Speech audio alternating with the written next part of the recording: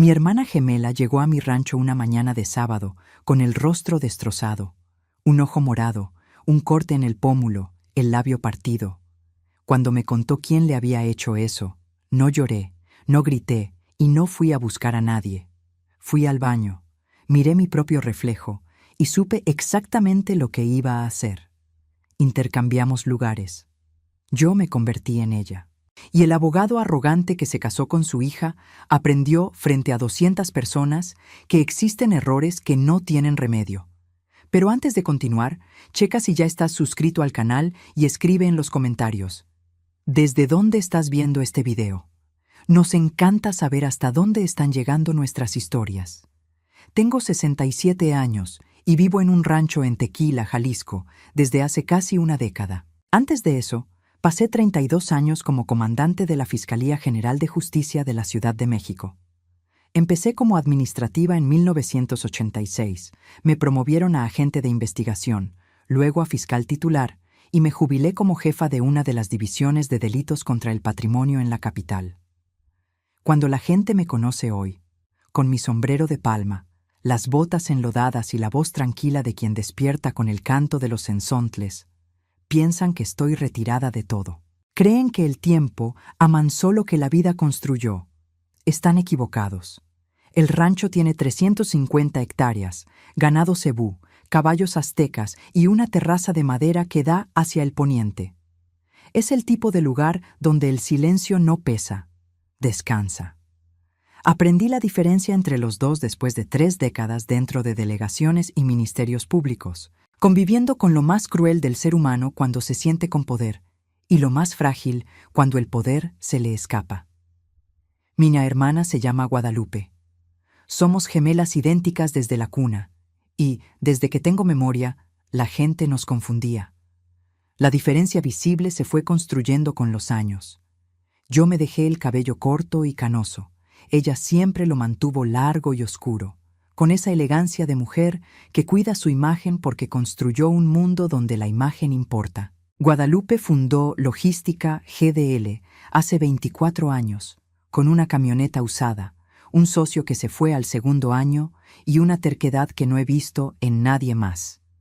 Hoy la empresa tiene 900 empleados, flota propia, contratos con grandes cadenas de autoservicio y operaciones en 15 estados de la República.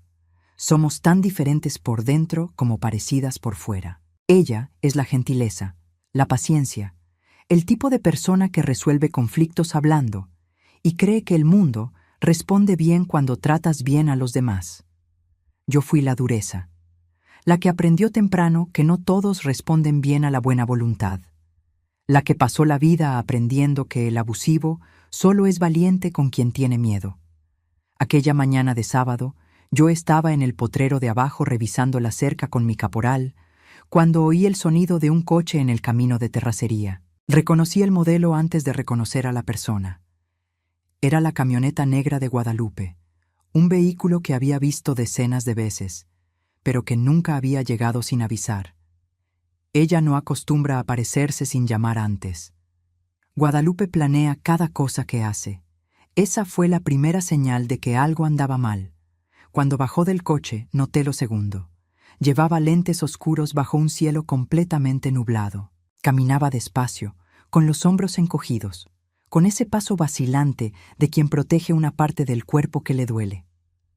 Fui hacia ella sin correr, porque aprendí en 3 décadas que correr hacia alguien en shock solo aumenta el impacto. Cuando se quitó los lentes a petición mía, lo que vi me cortó la respiración por un segundo. El ojo izquierdo cerrado, morado con tonos amarillentos, un hematoma de días. El corte en el pómulo ya cicatrizando, pero todavía vivo. El labio partido, curado por encima, pero con la marca inconfundible de un golpe certero. 32 años de policía me enseñaron a leer un rostro golpeado como quien lee un libro. Aquello no había sido un accidente. Tardó en hablar.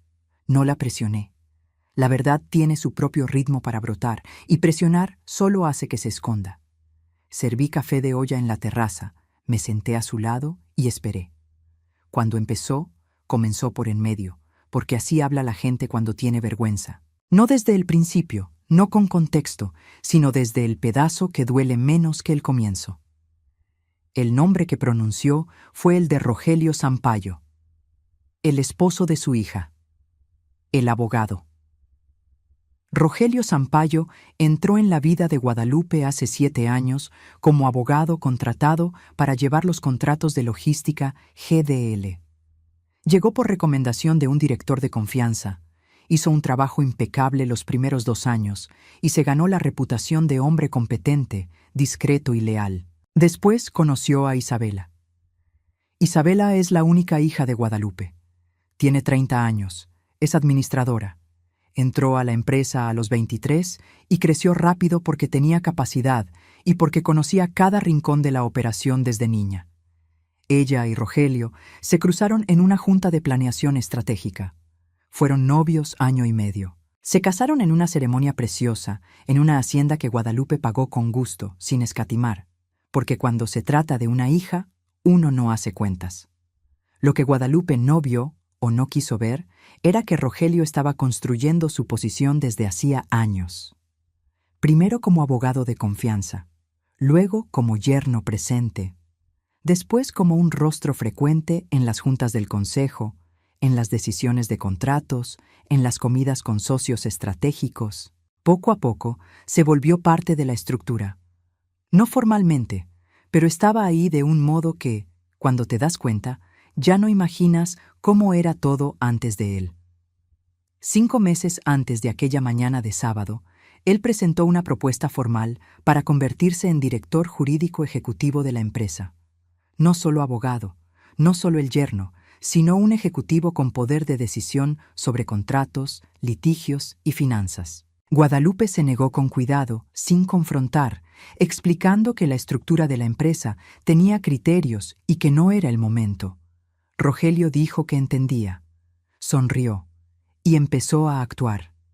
Guadalupe padece de presión alta desde hace años, controlada con medicamento diario.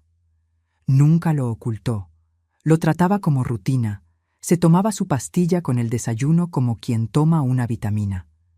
Su médico es el doctor Adrián Vasconcelos, un cardiólogo con consultorio en las Lomas de Chapultepec, de agenda muy apretada.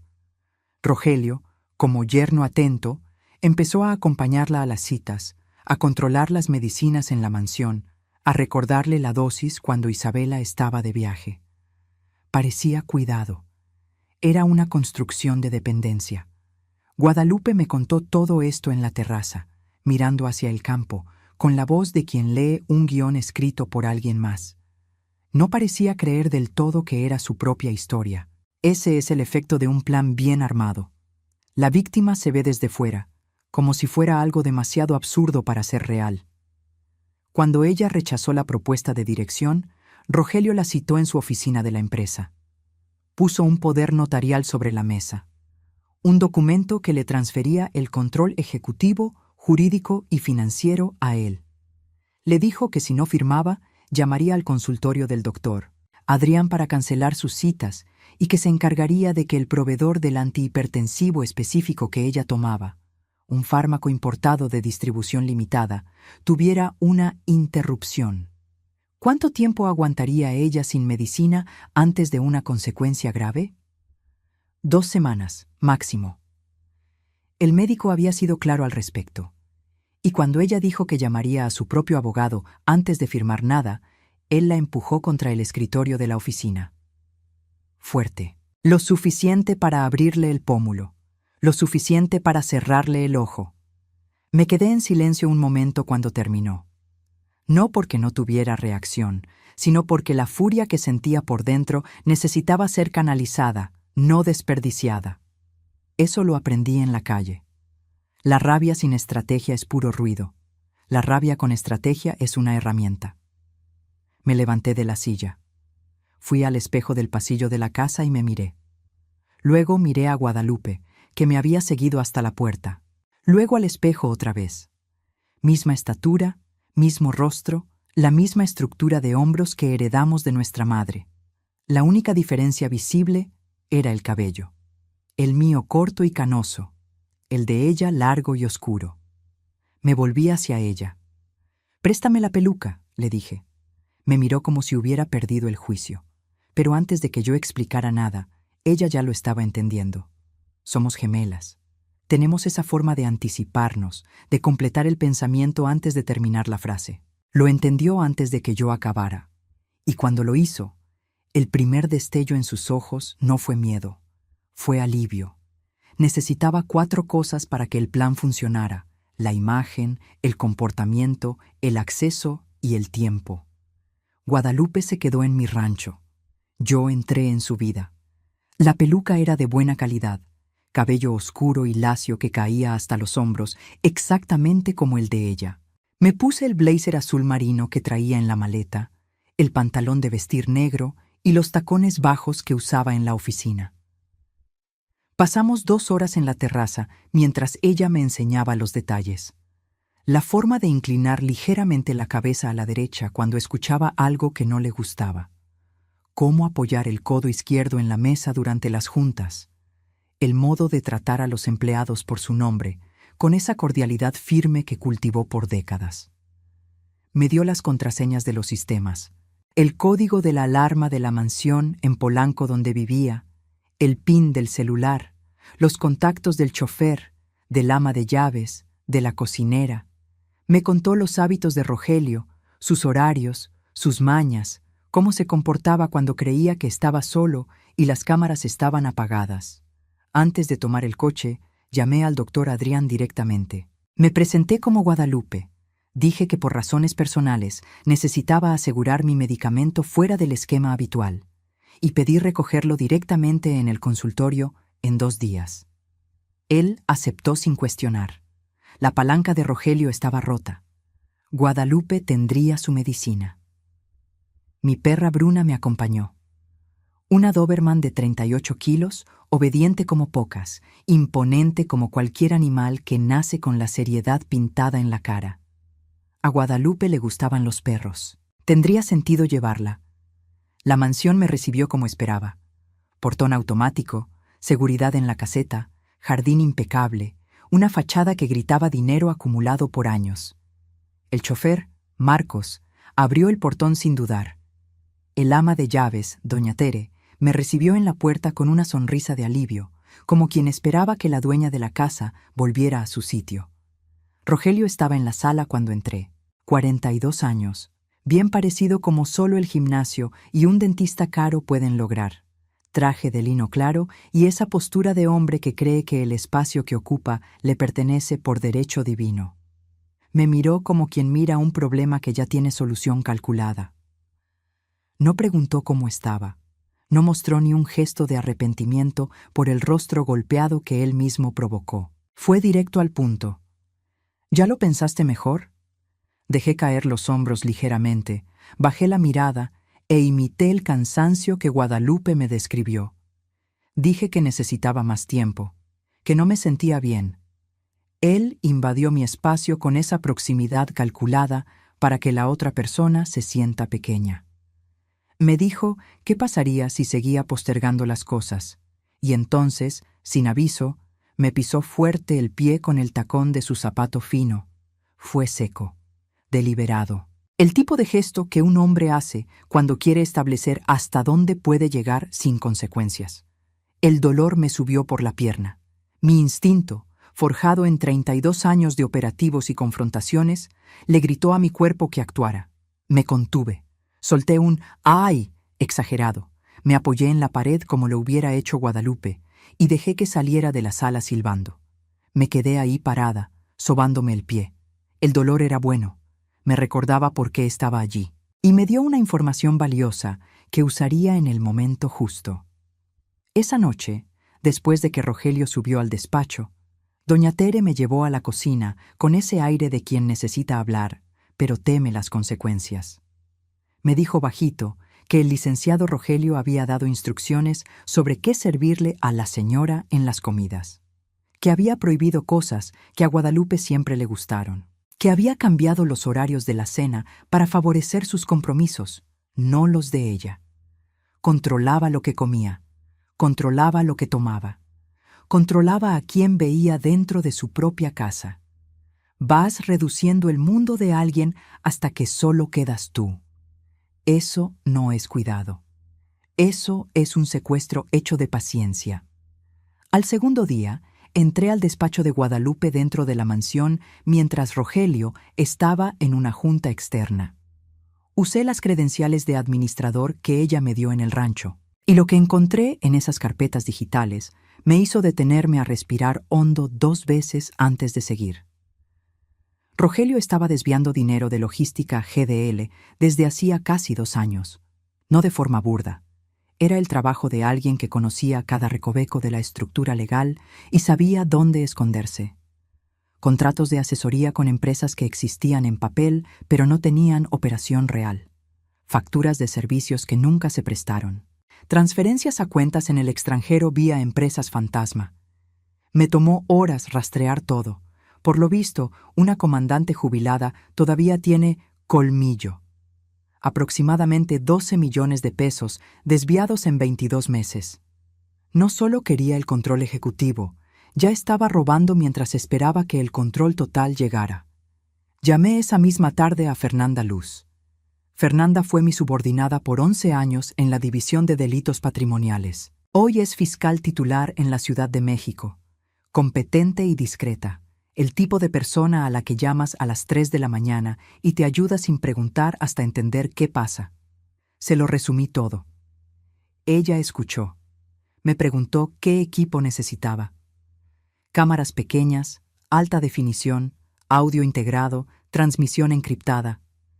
Me dio una dirección para recogerlo al día siguiente. Ella misma vino personalmente disfrazada de técnica de Internet.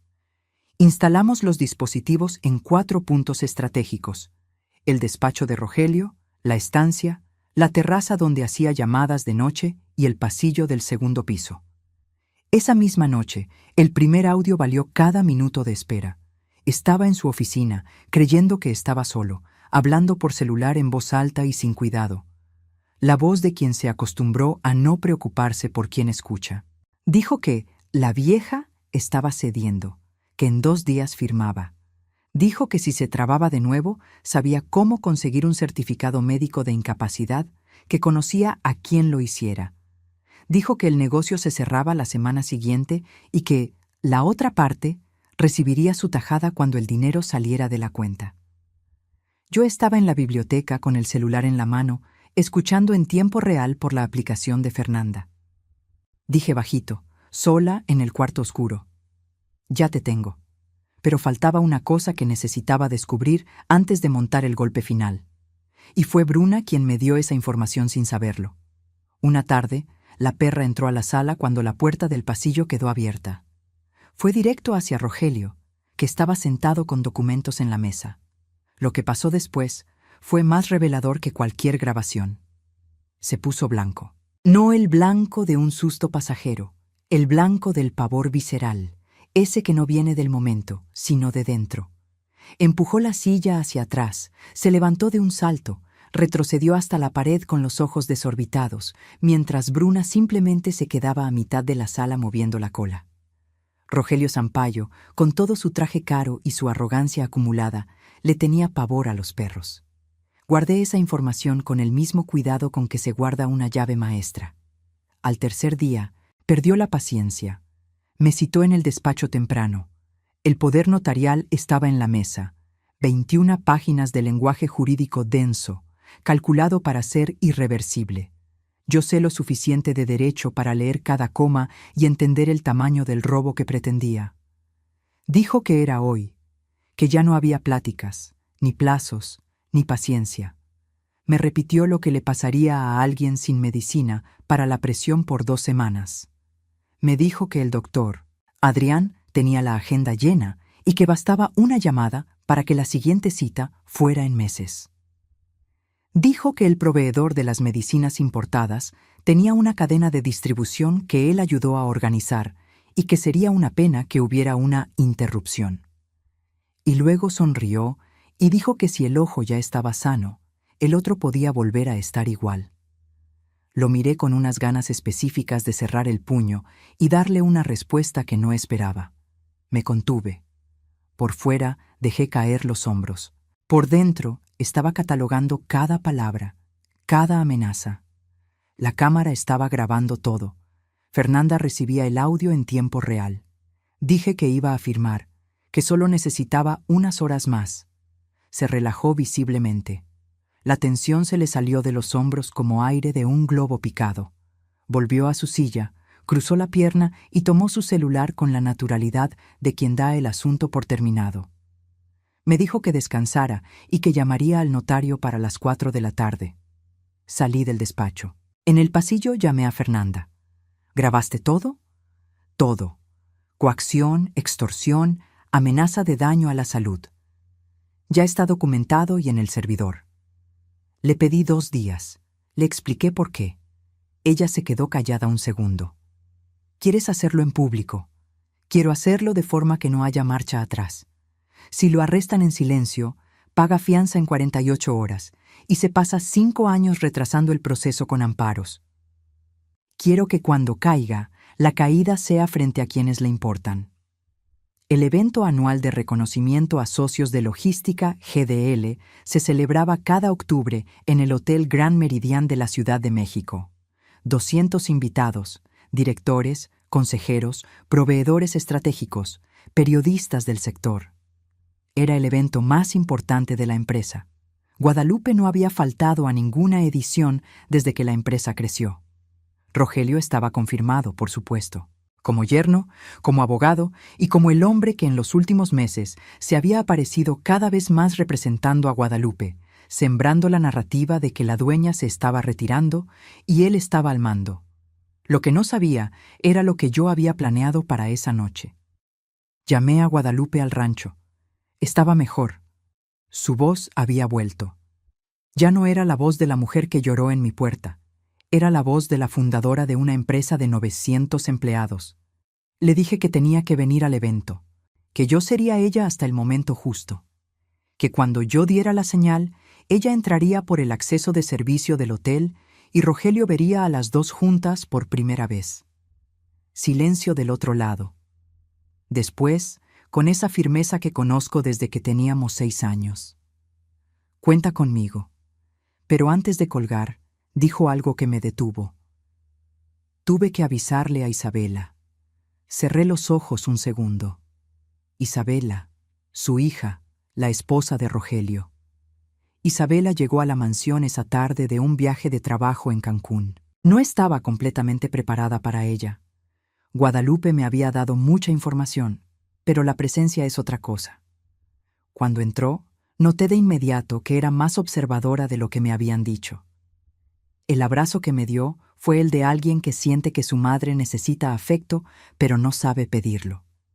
Y cuando se alejó, sus ojos recorrieron mi rostro con esa atención detallada de quien intenta encajar una pieza que no cuadra. En la cena se quedó en silencio, observando. Le respondía a Rogelio con frases cortas. Varias veces la caché mirándome con expresión de duda. Más tarde, cuando Rogelio subió a su oficina, ella vino a la sala donde yo estaba. Se sentó enfrente. Me dijo con cuidado que quería ver mi mano derecha. Guadalupe tiene una pequeña cicatriz de quemadura vieja en el índice derecho, de un accidente con la estufa cuando teníamos 20 años. Yo no la tengo. Extendí la mano. Ella la miró. Se quedó en silencio. Entonces, con una calma que me sorprendió. Tía, ¿eres tú? No lo negué. Suspiré. Le dije que sí, que era yo, y que su madre estaba segura en mi rancho. Lo que pasó por su cara en los siguientes 30 segundos fue toda una secuencia de emociones humanas. Shock, confusión, miedo, rabia. Y luego, de una forma que me sorprendió, una calma repentina y decidida. Le conté todo. El fraude financiero, la amenaza de la medicina, la coacción, las cámaras, lo que teníamos grabado. Escuchó sin interrumpir, endureciendo el gesto. No era una rabia descontrolada, era esa rabia fría de quien procesa una traición. Cuando terminé, se quedó callada. Dijo que había notado que Rogelio controlaba las citas de su mamá, que creyó que era cuidado, que él le decía que Guadalupe se estaba cansando, que necesitaba apoyo, que la empresa era demasiado para ella sola, y que ella, Lo había creído porque era más fácil creerlo que enfrentar la realidad. «Eso no te quita responsabilidad», le dije, no con dureza, sino con honestidad. Ella asintió, sin defenderse. Y fue en ese momento que entendí de dónde sacó Guadalupe la fuerza para construir su imperio. Su hija tenía la misma honestidad intransigente. «¿Qué necesitas de mí?», preguntó. «Información. Y tu presencia en el evento mañana». Aceptó sin dudar. Antes de subir a su cuarto, dijo algo que se me quedó grabado. Sabía que algo estaba mal. Elegí no ver porque ver me iba a costar todo lo que creía tener. Nunca más. El salón principal del hotel estaba montado a la perfección. Mesas redondas con arreglos florales, iluminación tenue, el logotipo de Logística GDL proyectado al fondo y 200 personas de traje y vestido conversando con esa ligereza de los negocios. Entré como Guadalupe. Peluca, un blazer color vino que ella misma eligió para el evento, y el paso firme pero ligeramente cauteloso que ella había desarrollado. La recepción que recibí me confirmó cuánto la respetaban. La gente se acercaba a saludar, a estrechar su mano, con una admiración real. Rogelio estaba al otro lado del salón con un grupo de directores. Me vio de lejos. Hizo un saludo corto, satisfecho, el saludo de quien cree que lo tiene todo bajo control. A las 9 de la noche, el maestro de ceremonias me entregó el micrófono para el discurso de apertura. Me levanté. Miré el salón. 200 personas en silencio. Empecé con la voz de Guadalupe, calma, firme. Hablé de los 24 años de la empresa, de lo que significa construir algo honesto. Y entonces dije que quería hablar sobre la honestidad, porque había descubierto que no todos en la empresa tenían la misma definición de esa palabra. Vi a Rogelio levantar la vista de su plato. Pedí al equipo técnico que proyectara unos documentos. La pantalla al fondo se encendió. Hojas de cálculo, contratos con empresas fantasma, transferencias internacionales, facturas de servicios inexistentes, cada documento con el nombre de Rogelio Sampaio como firmante o beneficiario. El salón quedó en un silencio sepulcral. Él se levantó. Dijo que era un error, que los documentos estaban fuera de contexto. Me miró con esa dureza que usaba en la mansión. Me llamó por el nombre equivocado. Me llamó Guadalupe. 12 millones de pesos desviados en 22 meses, dije. Contratos ficticios, prestanombres, cuentas en paraísos fiscales, todo documentado, grabado y entregado a la fiscalía. Él miró a los lados, a los directores, a las salidas. Además de las pruebas financieras, tengo grabaciones de audio de usted amenazando con dejar sin medicina a una paciente hipertensa si no firmaba un poder fraudulento. Eso se llama extorsión, coacción e intento de daño grave a la salud. Las puertas del fondo se abrieron. Fernanda entró con 4 agentes de civil posicionados estratégicamente. Y entonces las puertas laterales también se abrieron. Entró Guadalupe. Con su blazer gris, el cabello largo y oscuro, el rostro aún con la marca fina del corte en el pómulo, pero la postura erguida de la mujer que recuperó su lugar. El salón entero volteó a verla. Luego me vieron a mí. 200 personas hicieron la misma cuenta mental al mismo tiempo. Rogelio miraba de una a otra. Sus ojos recorrían cada detalle. La peluca en mi cara, el cabello real en la de ella, el salón, las cámaras, los agentes. Entonces miró las puertas del fondo, calculó y corrió. Abrió las puertas de servicio sin mirar qué había del otro lado. Bruna estaba allí, con correa y esa seriedad de Doberman que sabe que su sola presencia basta. Cuando Rogelio la vio, pasó lo que yo sabía que pasaría. El hombre que me había pisado con frialdad, que había empujado a Guadalupe contra un escritorio, que había montado un esquema de robo contra una mujer de 67 años, colapsó. Gritó. Retrocedió. Corrió en círculos por el salón, intentando alejarse de la perra que no hizo nada más que existir, hasta que cayó sentado en el suelo, en medio del banquete, frente a 200 personas. Fernanda se acercó. Le leyó sus derechos, le puso las esposas, lo levantó del suelo. Guadalupe llegó a mi lado. Nos miramos. Luego ella se volvió al salón, con esa voz que construyó una empresa por décadas, y pidió disculpas por la interrupción. Dijo que la cena continuaba, que la empresa seguía adelante y que, a partir de esa noche, ella permanecía exactamente donde siempre debió estar. El salón entero rompió en aplausos. Rogelio se quedó en prisión preventiva mientras se formalizaba el proceso. Con las grabaciones y los documentos, su abogado pidió un acuerdo pronto, lo que llevó a investigar más nombres en la red de desvío. La barra de abogados le retiró la cédula. Los clientes se fueron. El mercado abandona rápido a quien huele a escándalo. Isabela fue la primera en declarar voluntariamente. Entregó contraseñas, contactos y patrones que había observado. Luego fue al rancho. Dejé a madre e hija solas en la terraza por casi 2 horas. Cuando Isabela salió, tenía la cara de quien pasó por el fuego y descubrió que era más fuerte de lo que creía. Guadalupe volvió a la ciudad diferente, no por la edad, sino con la estructura más fuerte. Despidió a los guardias que Rogelio había contratado, convocó a una junta con todos sus empleados y contó lo que pasó sin filtros.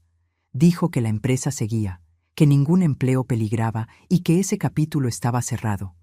Isabela asumió como directora de operaciones. El consejo aprobó por unanimidad, y Guadalupe creó la Fundación Logística Protege, de apoyo jurídico gratuito para mujeres de la tercera edad víctimas de abuso familiar, en colaboración con fiscalías especializadas.